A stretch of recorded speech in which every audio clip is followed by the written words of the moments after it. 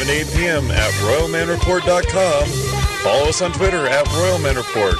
And download the Stitcher radio app to your BlackBerry, iPhone, or Android device. Opening music and breaks provided to you by 49 Stones, www.49stones.net. Check them out. And now, the Royalman Report. And welcome into the Royalman Report. I am Casey Royalman. I am joined in studio, as always, by Mike Engel. What's up?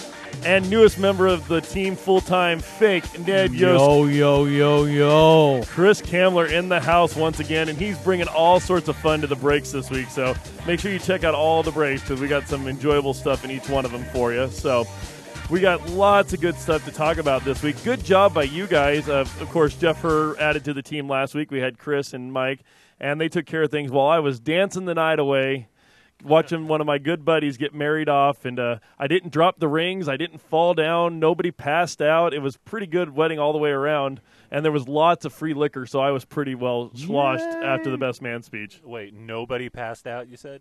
Yeah, I guess that makes it not quite a good wedding, right? Right. I think you failed somewhere. Well, anyways, we did have a great show last week, and great job to all of you guys last week. Of course, you can follow us all on Twitter at, of course, the Royalman Report and Kings of Kaufman. Those are the most important two. And then if you want to follow us individually, it's Casey Royalman, Michael Engel, that's Engel, at Fake Ned Yost, and of course our good friend Jeff Herz at the Jeff Report. So, guys, how's your week going? Oh, it's pretty good. You know, it's the usual week. Pretty cool weekend. You know, I think Halloween's always kind of cool. So, you know, people are gearing up for that, and that'll be next weekend. So, pretty decent. I'm having a better day than Kyle Bowler. Everybody's having a better day than Kyle Bowler. I think anybody that just got out of bed and didn't, completely lose their job today is having a better day. You know, he really did have a chance. They showed that they really wanted to go with Carson Palmer. And he went all the way through the first half, to. first series of the second quarter, second half. Congratulations to the Kansas City Chiefs on a great win today. Took the Raiders had won 6 in a row against the division last year. Not going to happen this year. And I said all along it was too early to jump off the Chiefs bandwagon. The Chargers lost today. A win at home against the Chargers next week, and it's a whole new season again, guys. Yep. Go Chiefs. Go Chiefs. Yeah, anytime on the Kyle Bowler subject, anytime your home fans are cheering for Carson Palmer to get into the game, you've got a problem. You've made a mistake somewhere. You've got life choice failure. Life choice failure, indeed. So getting right down to business here. Last week the Pitch Awards came out, and there was actually some sports stuff in there. They do a People's Choice section, and in the People's Choice section, the most popular Royals player was Eric Hosmer and Alex Gordon, with second going to Billy Butler and third going to Jeff Francoeur. This almost surprises me that Francoeur was that low and Billy was actually third. If you tie for first twice pitch, you got to put the next person at 3. But regardless, Eric Hosmer, Alex Gordon tied for first. Not surprising. The young kid and the most successful player of the year. Billy Butler, the longtime DH, still producing. A lot of people obviously on his bandwagon. And then the ever-lovable Jeff Francoeur that just strikes out at anything you seem to throw at him, but other than that, an all-around nice guy. So not a whole lot of surprises there. No, not really. I think Hosmer and Gordon are pretty easy. With Butler finishing second, I think it's interesting to kind of see. I wonder how many people are, as devoted followers, every game, sitting there on Twitter, like the three of us during the season, who, we see all the, the controversy, all the criticism of Billy Butler. And maybe they don't see it, and they just kind of like, he looks like a kid you would have went to high school with. Yeah. Just a little portly, but hitting the ball like, country strong, country breakfast. He's kind of built like me, but he's got a hell of a lot more talent than I do. So there's that. The best Chiefs player went to Jamal Charles, with Matt Castle and Tom Ali coming up behind that. I'm almost really surprised that Matt Castle's that high up. Yeah, I think it's just a quarterback thing. He's the face of the franchise. For now. That's troubling. Until next year. Best college basketball coach, of course, with the local vote, so it's not too surprising that Quinn Snyder? Number 1 was Bill Self, number 2, Frank Martin, and number 3, Kim Anderson. I don't think you can go wrong there. I know you're a Mizzou guy, and I'm Chris, and I'm neither. But I love Bill Self. He comes on the radio. I can't help but to listen. I just love the guy. And if you didn't have a dog in the fight, I don't see how you could ever root against Bill Self. He's just an all-around pretty good guy. I would agree. Are you mocking me? No. I'm mocking No, Bill he's Self. Oh, okay. Because it could have went either way on that one. He's been better at that since coming to KU. But, yeah, if you go back and listen to anything from Illinois or Tulsa, he has some stammers. That's just what he does. I have to agree with Frank Martin as well. I mean, Frank Martin is I personally despise him, can't stand him, but he gets the job done. He's a pretty polarizing guy. Right. You either hate him or you love him. So, yeah, I think that's fine. Those two guys. Of course, Bill Self, I'm going to be biased and think that he's the best coach because, well, yeah, he is. That's what it is. Kim Martin, I don't really have much to say about him. I really don't know much about him, so we'll see. Or I'm sorry, Kim Anderson. We'll see what comes of him. Best college football coach: Gary Pinkel, Bill Snyder, and Turner Gill. Again, it's only because it's a local vote. Yeah. Turner Gill Really? Anybody's favorite. I mean, I don't know that Turner Gill would vote for Turner Gill. I would think that if you held that today, it would be Bill Snyder, Gary Pinkel, and everyone else in the world, and then last would be Turner Gill. Turner Gill, yeah. So, and I mean, it's not been that long since they ran this vote, so you kind of knew Turner Gill wasn't going to have the best season. But Gary Pinkel, I like that. Not a Mizzou guy, but I think he does a great thing with what they have down there, and I honestly don't think Mizzou has that much most of the time. Honestly, I think they'd have picked that Northwest Missouri State guy above Turner Gill at this point. Pretty much.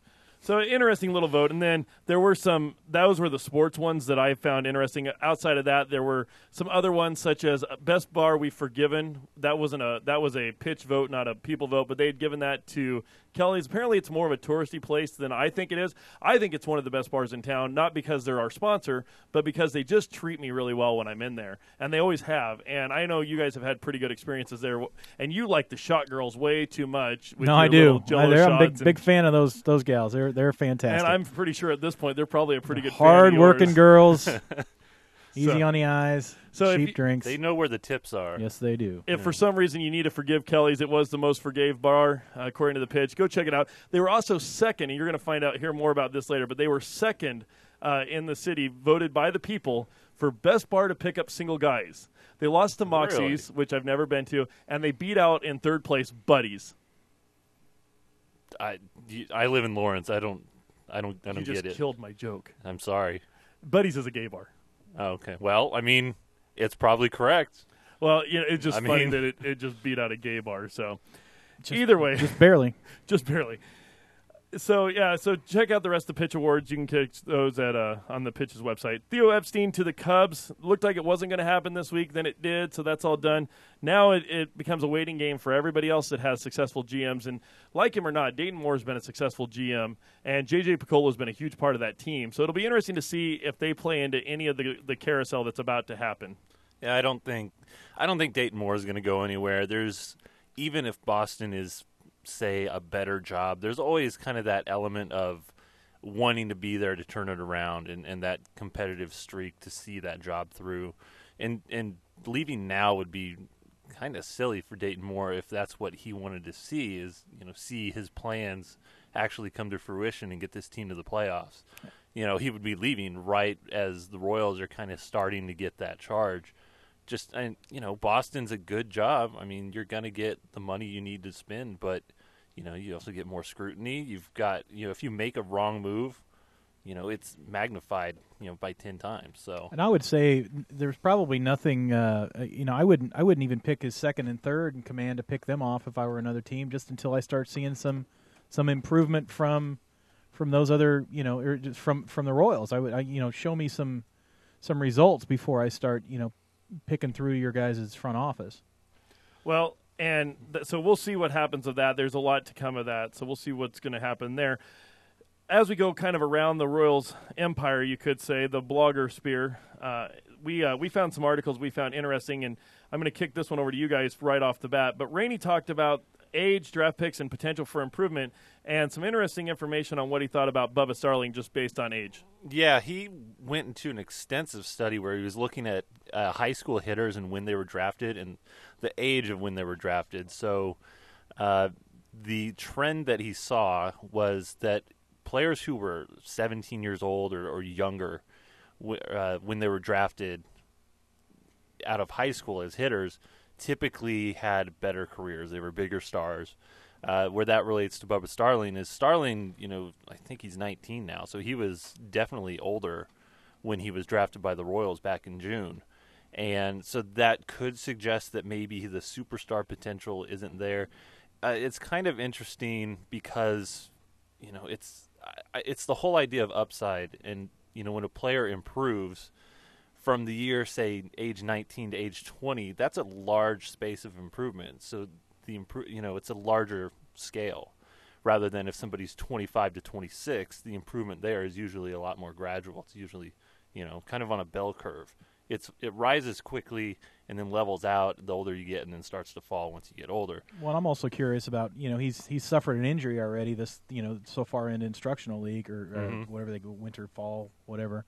But, I'm kind of curious as to how that might set him back even further. So the early signs, what I'm hearing you say, the early signs are that you're unable to really there's not a lot of good things going on for Bubba so far.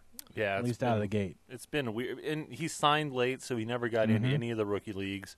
The Royals saw maybe a few days in the instructional leagues, and then he hurt his quad, and since it just he hasn't been able to get out there. So I don't know.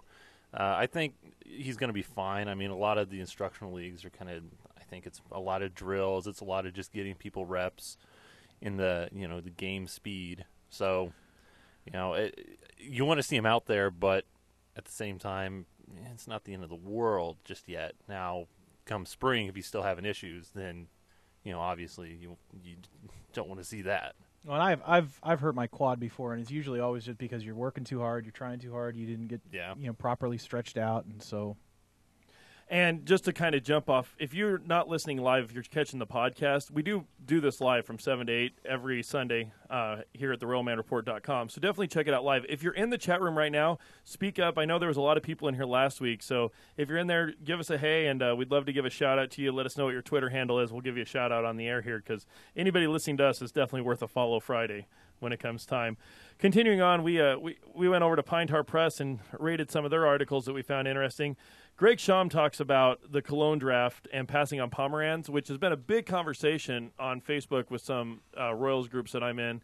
And I was very interested in this article because I've been asking the same thing for a couple of weeks, seeing Pomeranz go to my favorite NL team, the Colorado Rockies, and seeing what he's doing there already. But apparently dude had some major character issues. His older brother actually hurt his chances of getting into the major leagues sooner than he did. Do we regret not signing Pomeranz with his character issues, or is it all right that we went the way we did? Well, I mean, a lot of these guys are really young, so hopefully the character issues will iron out and you get them into your system. You never know. I mean, I think at this point what Cologne has done, it was probably a mistake to pass on him if they were looking at him, so... Well, we'll talk a little more about that on the other side. We're going to be joined on the other side by Clint Scholes of Pine Tar Press, who's going to talk a lot about his trip to Arizona, and we will be back in about 3 minutes. Royalman Report presents Real American Heroes. Real American Heroes. Today, we salute you, Mr. Westport Bar Doorman. Mr. Westport Bar Doorman. With the cold of winter and the joy of short skirt season, you are there, protecting the Westport bars so that we can pick up on legal college chicks on Friday night. I'm so drunk. You deal with the best and worst of the town, answering questions like, yes, I've seen famous people, and no, you don't look 47, and I'm sorry. Howard Light District is 20 blocks north. I'm not as thick because you're drunk I am. You keep a watchful eye on the bars of Kansas City armed with only a pen light and your ability to do subtraction. I am 221. So crack open an ice-cold beverage you might have snuck from behind the bar, Mr. Westport Doorman, and know you'll always control the velvet rope to our hearts. Royalman Report is on Sundays at RoyalmanReport.com, Kansas City. We're excited to have an exclusive interview with the new iPhone 4 assistant, Siri. Hello, Siri. How are you doing today? Thank you. It's nice for me to be here. Siri, you've been pretty busy with the new iPhone launch. What do you do for fun? It's just been crazy around here. I've been looking for a place to get away and wind down, but I have not been able to find anything my style on the plaza. Well, have you tried Kelly's Westport Inn? I show Kelly's Westport Inn to be at the corner of Westport Road and Pennsylvania Avenue. It's got way more than that. It's been voted by The Pitch as one of the best places to meet guys in Kansas City. It's got a great laid-back vibe, plenty of TVs to watch sports, an awesome pizza place in the back, and plenty of drink specials during the week. You say it's a nice place to meet guys? Accessing. This sounds like the place for me. Shutting down now. You can't shut down. If you want to meet Siri and other great Kansas Cityans, check out Kelly's Westport Inn, 500 Westport Road in beautiful laid-back Westport. Tell them the Royalman Report sent you.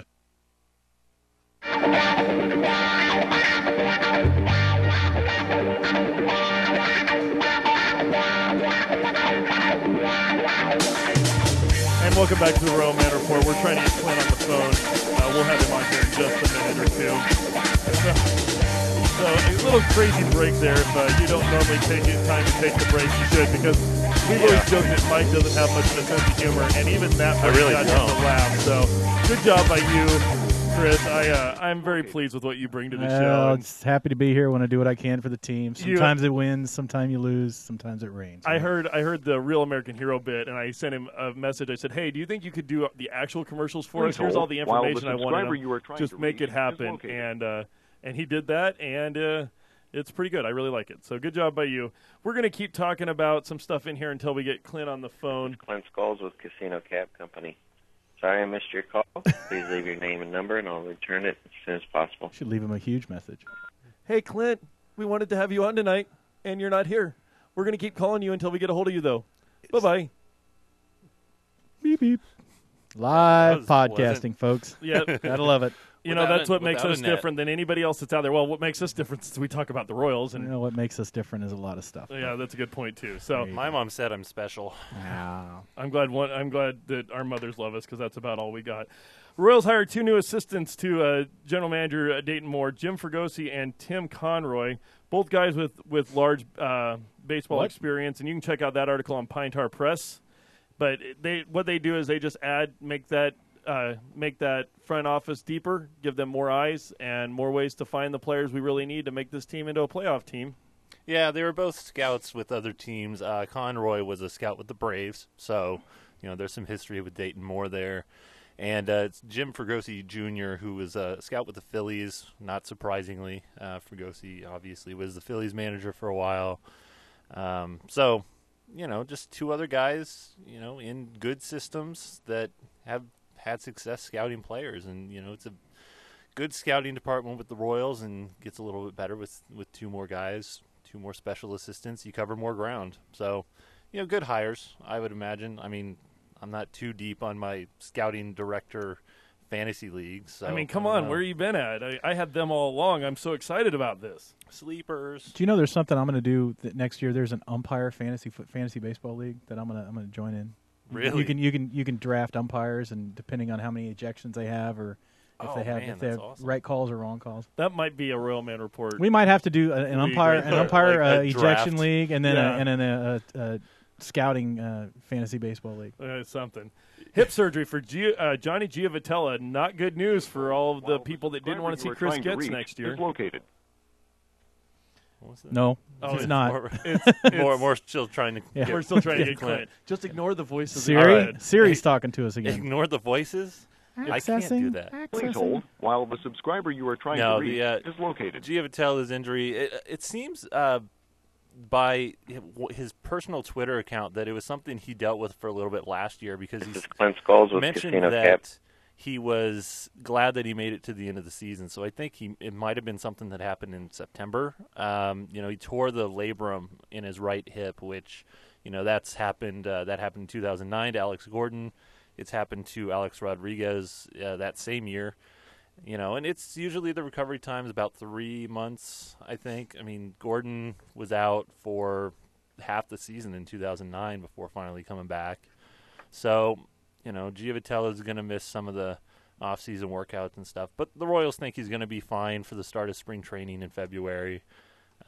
Most likely not going to be an issue as long as, he doesn't aggravate it. They say it happens a lot when a player, puts their weight on that leg and twists. So, you'll see that. That's his plant leg when he's, twisting, swinging, or if he's planting, going to his right to throw. So, I don't think it's going to be an issue, but if it does, there's going to be a lot more Chris Getz on the field. According to his Twitter account, he reports that he had arthroscopic surgery to repair a small tear in the labrum of his hip. Bothered me during the season, so glad to make it to the off season. He also hashtags it with path to the championship. So he's in good spirits anyway. Yeah, and he's tweeting today about the New Orleans Saints winning. So yeah, because he's from New Orleans. He's got his family has a business down there or something. I hear his sister is actually pretty funny. Some people said we need to have her on. Royals released several minor leaguers. One of note that really caught my eye was Lance Zawitsky. He almost made the team out of spring training and is cut now and gone from the organization. Along with him is Darren Stanford, outfielder, another outfielder, Stephen Brooks, catcher Don Cornstubble, who may have the best name in the organization. Cornstubble and Zawitsky. Yeah, right. Yeah, I mean, winners. How's that for a team up the middle? Sounds like a Dan Aykroyd character or something. Picture Casey Edelbrook, outfielder Justin Federas, outfielder Nick Francis, infielder Gerald Hall, utility guy Derek Hamlin, pitcher Nathan Johnson, catcher Paul Creeves, first baseman Joey Lewis, and pitcher Robbie Penny. Obviously, none of those are too exciting. Nick Francis was, as Greg Shum quotes here on Pine Tar Press, one of the most talented offensive performers in the system, but he never could stay out of trouble. He finished his Royals career with a 286, 340, 476, and 1,523 at-bats. Should get a shot with another organization, says Sham. Yeah. And it goes back to the whole Pomeranz thing. This is what they're worried about, and you've got to really look out for that. And maybe Cologne wasn't the right guy, but he's not going to get in trouble. Yeah, I think we know that much. What the experts are saying with him is that he probably will be a utility guy his whole career, but he will make the major leagues eventually. And he can't be any worse than Chris Getz. Yeah, you could see him as like an Orlando Cabrera type of guy. Someone who, if you need him to play full-time, he would be able to do it and do so, at league average or just above league average, solid kind of middle infield guy. You never know. I mean, he could always turn it around. He always showed really good leadership at Cal State Fullerton. And, that doesn't show up on the scoreboard, but you look at guys like Jeff Francoeur, it does have an effect, I think, to an extent. Gerard Hall on that list also, he was another guy. I think he had tested for a banned substance. Oops. He was an all-star in the Midwest League, I think, as a shortstop. And, he got 50-game suspension, and I think they just decided to, let him go. So maybe there was some fallout after that, too. So right back to it. I mean, some of the time you have to make that decision if you're going to cut bait on a guy, if they're just going to keep being a problem, talent or otherwise.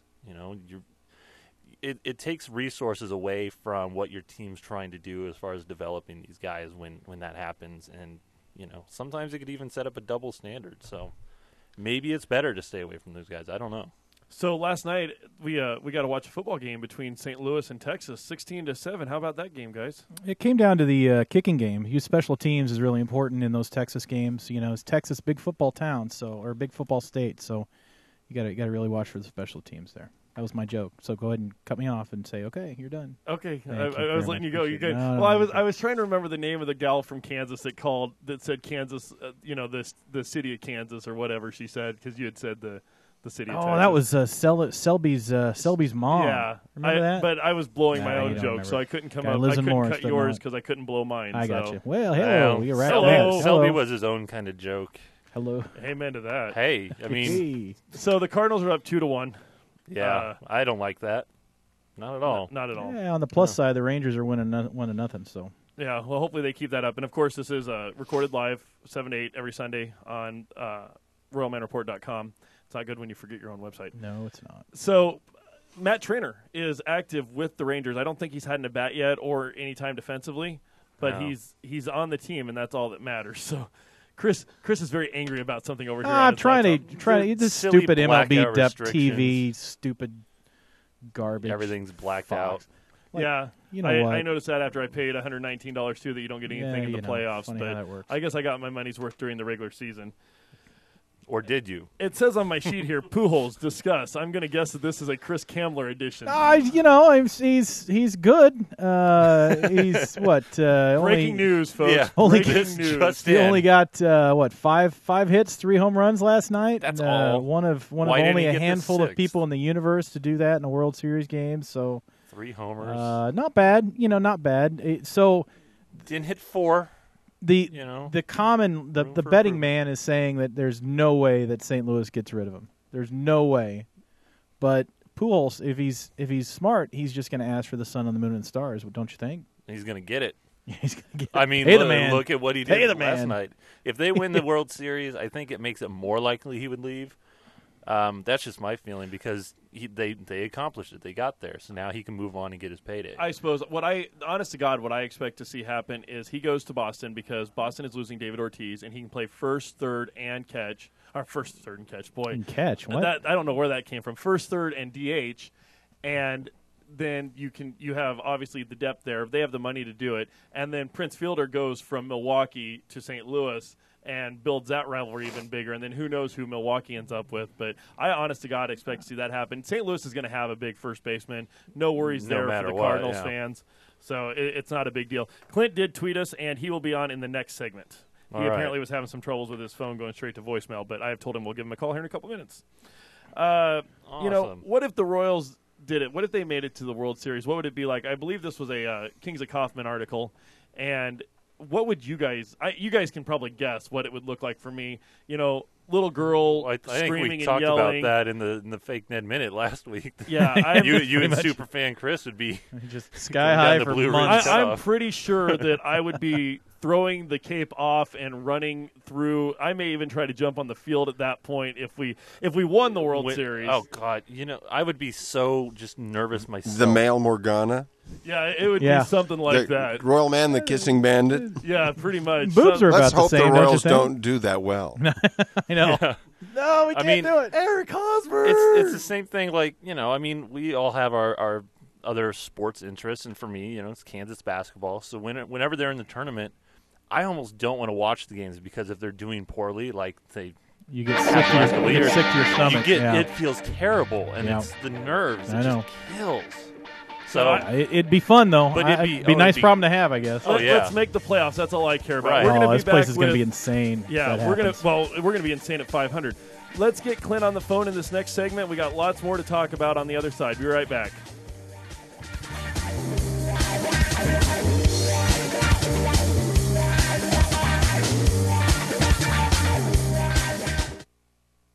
We're excited to have an exclusive interview with the new iPhone 4 assistant, Siri. Hello, Siri. How are you doing today? Thank you. It's nice for me to be here. Siri, you've been pretty busy with the new iPhone launch. What do you do for fun? It's just been crazy around here. I've been looking for a place to get away and wind down, but I have not been able to find anything my style on the plaza.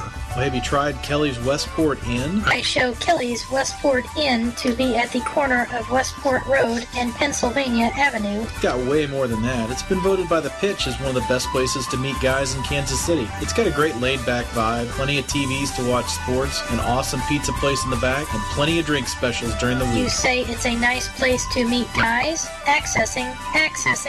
This sounds like the place for me. Shutting down now. You can't shut down.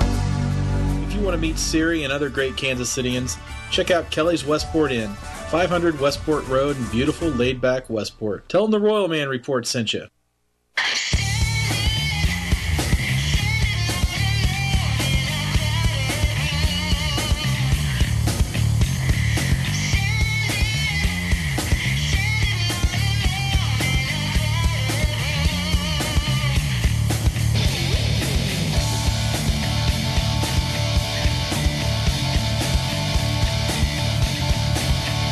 Started walking through the snow, and I'm looking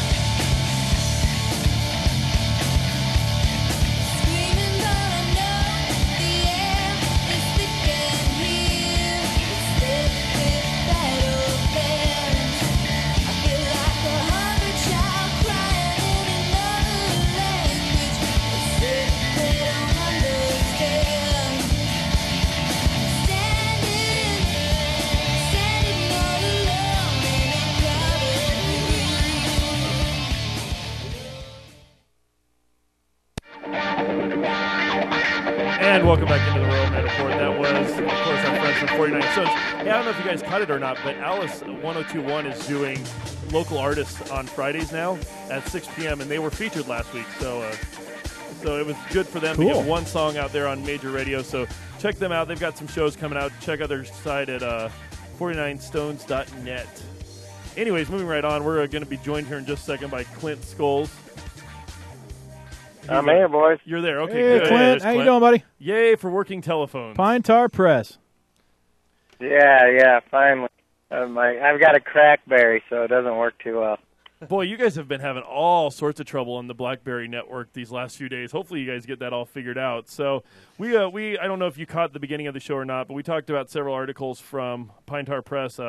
All were wrote by Greg, but let me get your opinion on one of them. He talked about drafting Cologne and passing on Pomeranz and how it was a character thing. How do you feel about that draft? Where would you like to see us went with 2020 vision? I was a big Chris Sale guy, is who I wanted. I know he's been working out of the bullpen, but, any guy, Sale had a great changeup in college. He had a good fastball. He just didn't have the off-speed pitch. He didn't have the slider or the curveball yet, but it was there. He was working on it. And I'll take a guy with a good changeup any day over most pitchers. And that after seeing, and nothing to bag on Christian Colon, but after seeing him for a year in Northwest Arkansas and then watching him at the Arizona Fall League, I still would rather have Sale. Pomeranz probably has a better upside, but that's where I was. Hey, I can totally agree with that because Chris Sale looked phenomenal for the White Sox this year. That's definitely for a team that's hurting for pitching. You look back at that, and of course they didn't know they were going to make the trade that they did to shore up shortstop and pretty much second base as they have. So it's easy to look back and say that what works and what doesn't. But you wrote about several position switches for Fletcher and Gallagher and Christian Colon working a little bit at second. Is this typical for the Instruction League or something out of the ordinary? Well, I think Colon, I don't know if Colon will play shortstop or second when he's with the Royals organization. It's just he's playing with Tim Beckham, the Rays prospect and former number 1 overall pick. So he's got really no choice but to play second if he wants to get on the field. As far as the other guys that were there, Brian Fletcher moving to first base, I think, is the biggest move and probably the best move for Brian long term. With the prospects that we have in the outfield, Eibner, Bonifacio, Bubba, etc., he's going to have a tough time getting on the field with his defensive limitations. So I think moving to first base is probably good for his long-term career. That's the biggest move. Yeah, we talked about him last time we had you on about Fletcher and his defensive liabilities. So I think first base is probably okay, and you get a chance to get that bat in the lineup because he's all he did all year was hit. So I think that's a good move. And on Colon, a lot of people have kind of suspected he would always be a second baseman. Who else have you seen down there who's been impressing you that maybe surprises, or guys who you didn't expect to be doing well in any of the instructionals? I only saw him for a couple days, so I can't really say for sure, like, guys that really stood out. But a guy like Yim Pradas, I wrote about getting off the bus, that whole deal. Mm-hmm. When you look at Rangers and Reds prospects, man, when they get off the bus, they're impressive. Yim Pradas is one of those guys.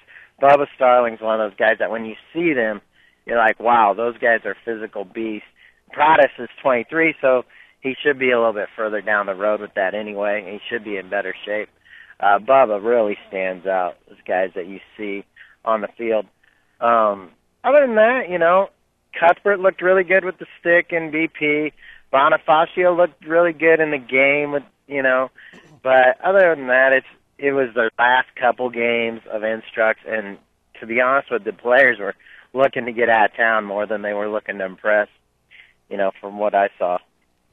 Yeah, I always wonder if, because instructional games really aren't games. They're just kind of, you put them out there. If a pitcher hits their pitch count, they start the inning over a lot of times and just change over. So I wonder if that's a focus thing. But that's always interesting at least. Yeah, Ortega looked a lot better. I mean, with the bat, he looked a little bit more, capable than he did last year when I saw him in spring training. He looked a lot bigger, and but other than that, Antonio was working a little bit at third base, which was a move that we talked had to be made. He was not a shortstop in my mind, and he's still working at shortstop a little bit, but he's too big. He's got to be a corner infielder or corner outfielder. Hey, Clint, there's a lot of depth. We had a question in the chat room from Jordan223B. If you're scoring at home, his question is Cologne trade bait. What do you think? What do you think we're going to do with Christian Cologne? I think he's a utility guy at worst if they keep him around. I've watched Giavotella all year, and I've seen Cologne. I haven't seen Christian as much as I've seen Giavotella, but what I've seen is he's not as good. Pure and simple. The defense doesn't make up. So yeah, you got to look at trading, but I don't think you're going to get a lot. I mean, I just don't. Yeah, he's the number 4 overall pick in the past, but how at a certain time that stops any kind of value. And I think he's an organizational player who he's going to have to fight with Ray Navarro to keep his spot, and I don't know if he can fight him off. Now, like you were saying about Navarro, we traded for Navarro in the Vilas deal, and he's going to be a utility guy too that can play everywhere. From what they say, he can be a temporary outfielder, third base, second base, wherever they want him. Is there going to be space for Cologne up at the big league level anytime soon? And if he does, how many positions is he going to be able to play as a utility guy? He could probably be third base, second base. I was talking about Ray Navarro that we traded for in the Carlos Rosa deal. Yeah. But and then you got Yamako Navarro. So I think we're building some depth at second base with Giavotella and the 2 Navarros. I don't know. Christian Cologne, hopefully he bounces back. I know this Omaha, if that's where they assign him, is a much better park for a right-handed hitter. Northwest Arkansas didn't play like it did the year before. Is that talent? I don't know. I know for right-handed hitters, Northwest Arkansas isn't some great park to play for. It's for the lefties. I think there's probably a Texas-like jet stream there. So, but Omaha is the complete opposite beast. So maybe he can bounce back. I've only seen him. I watched probably 20, 30 games online last year. Saw him live a couple times, at spring and a couple other places last year at the Royals Future game. And then I saw him at the Fall League game. So I don't want to totally downgrade him, but from what I've seen, he doesn't look like a major league. With the bat is what really scares me. He doesn't look that impressive with the bat. Now, I've only seen him play the one game at second base. Now, I'd kind of seen on Twitter some reports that Gerard Dyson was down there turning some heads. Did you get a chance to see him, and what do you think his potential is for 2012? I didn't see Dyson. Was he playing in the Fall League games? I had just seen that somebody saw him and said he looked real good. He's in Venezuela. Oh, is he? Yeah. Well, sure. You weren't in Venezuela? Come on, man. Did you get a chance to see Anthony Sarantelli? Yeah, I did see Sarantelli. He had a couple hits the night I was there. Myers walked 3 times. I think he swung the bat like 3 times. So I didn't, the guys that I saw, it was very limited. I didn't get in the stadium in time to watch them take BP. Will caught a couple balls on the outfield, and he looked very comfortable out there. And Sarantelli Sarantelli's a solid guy, but he's 28 years old, and he's playing with 23, 24-year-olds. He's a great old player. I don't think you can really expect anything more than that out of him. He's actually doing pretty well down there, so that was why I was kind of interested on that one. As we look over these numbers on the organizational report, there's some players that are kind of surprisingly not doing very well down in Venezuela, like Gerard Dyson and Manny Pena. Can we read into much of this off-season stuff? Like, if these guys have a bad organizational off-season, is there much to read into there? I don't really think so. I think these guys are working on things. I haven't even looked at Dyson's stats, but we know what kind of player Dyson is. He's a fast guy. He's going to steal bases. I think the future at center field is Lorenzo Cain if we have it in the organization and they're at the upper levels. That's the future center field. Now, can Dyson play a great defensive center field? Hell yeah, he can. Can he run to steal bases? Yeah, but I think at the major league level he'd be exposed, kind of like Joey Gath, right? Yeah, Lorenzo Cain's another guy that's not doing real well down in Venezuela. So I'm figuring that he's going to be a great major leaguer. We'll see what we get out of him when he gets up here. A guy, I'm going to throw you a bit of curveball here. A guy that I've never heard of before that's actually pitching pretty well in the Dominican League is Willie LeBron. Do you know anything about him? Willie LeBron, yeah, I saw him in Omaha, a few times.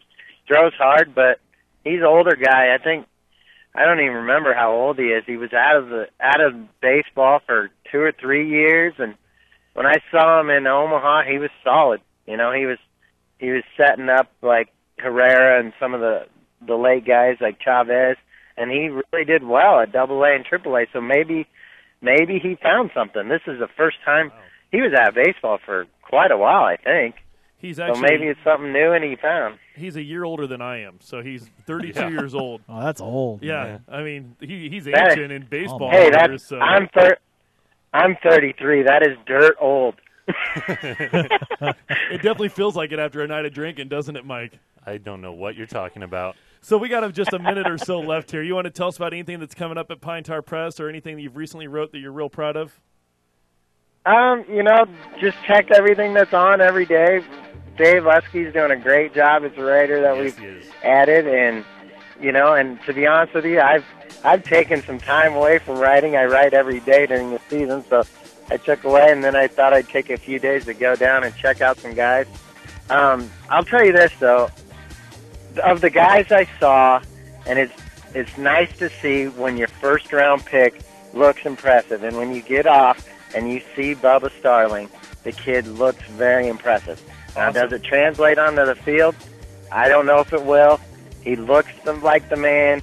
He looks like he's got a cannon for an arm. He's going to have pop. He's going to have power. I think that's the guy we can watch this year, and that'll be fun to watch. Awesome. Well, thank you very much for joining us. We'll be right back in the next segment to talk a little Chiefs football, a little college football, and to wrap it up with a little sporting talk. We'll be right back.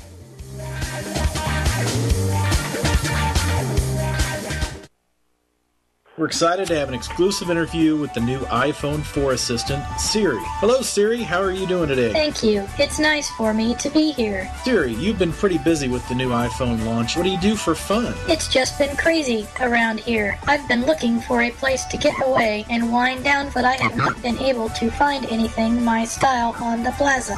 Well, have you tried Kelly's Westport Inn? I show Kelly's Westport Inn to be at the corner of Westport Road and Pennsylvania Avenue. It's got way more than that. It's been voted by The Pitch as one of the best places to meet guys in Kansas City. It's got a great laid-back vibe, plenty of TVs to watch sports, an awesome pizza place in the back, and plenty of drink specials during the week. You say it's a nice place to meet guys? Accessing. This sounds like the place for me. Shutting down now. You can't shut down. If you want to meet Siri and other great Kansas Cityans, check out Kelly's Westport Inn, 500 Westport Road in beautiful, laid-back Westport. Tell them the Royalman Report sent you. Big Ned Minute. Oh, who did that? Darn near close to a minute this time. Well, there's finally a nip in the air, and that means it's World Series time. And man, have we got some things to discuss. First of all, the managing in this series has been horrible. Tony La Russa, Arthur Rhodes, really? Was Kyle Farnsworth not available? And my, oh my, what about our friend Ron freaking Washington? He seems like he's having so much fun, I'm thinking of putting the entire Royals team on cocaine next year, just because it looks so great! The broadcasts have really been Emmy-worthy, right? Joe Buck makes me want to drive into a bridge, and Tim McCarver talks like a third-grade Dr. Phil as he explains what a bunt is, and this wizardly X-ray camera. Well, at least we've only got a few more games